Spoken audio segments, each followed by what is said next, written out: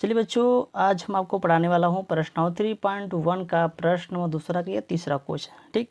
और इस चैप्टर का बच्चों प्रश्न दूसरा का पहला और दूसरा क्वेश्चन नहीं देखे हैं तो जाकर मेरे चैनल पे देख सकते हैं बच्चों। वहाँ पे बच्चों अच्छे तरीके से बताए हुए हैं बच्चों। आज इसी चैप्टर का प्रश्न दूसरा का तीसरा क्वेश्चन को सोल्व करने वाले हैं, ठीक है। बहुत ईजी है।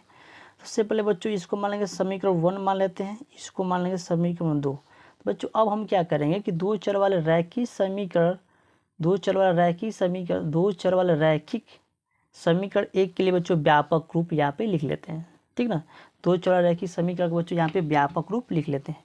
तो पहला का बच्चों व्यापक रूप होता क्या है, a1x होता है प्लस के b1y होता है प्लस के c1 बट्टे मतलब c1 बराबर 0, ठीक। समीकरण दूसरा के लिए व्यापक रूप क्या होता है, a2x प्लस के b2 y आ प्लस के c2 बराबर 0। तो हम क्या करेंगे बच्चों, पहला समीकरण का बच्चों तुलना करेंगे समीकरण एक के लिए, समीकरण 2 को तुलना करेंगे समीकरण 2 के लिए, ठीक ना, व्यापक 2 के लिए। चलिए बच्चों कर लेते हैं। सबसे पहले यहाँ पे a1 बटे a2 का मान निकाल लेते हैं। a1 का मान कितना बच्चों 6 है, b1 का मान कितना है बच्चों -3 है, c1 का मान कितना है बच्चों +10 है, बच्चों +10 है।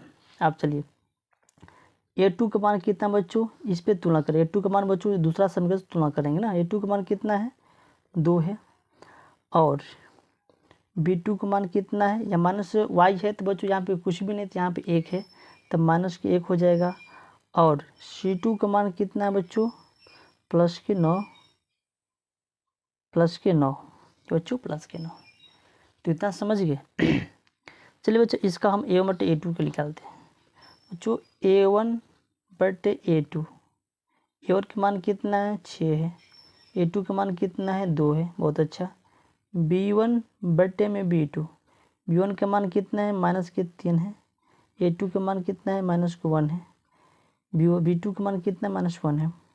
c बटे c2, c1 का मान कितना है 10 है, c2 का मान कितना है 9 है।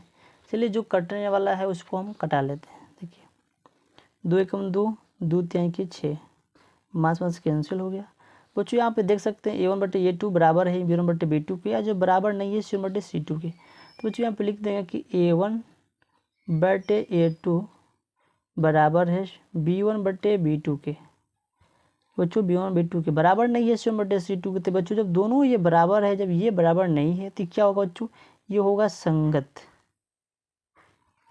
ये क्या होगा बच्चों, इसका हो जाएगा संगत। जब ये दोनों बराबर है, जब ये बराबर नहीं है, जब दोनों ये आपस में बराबर है तो ये हो जाएगा संगत।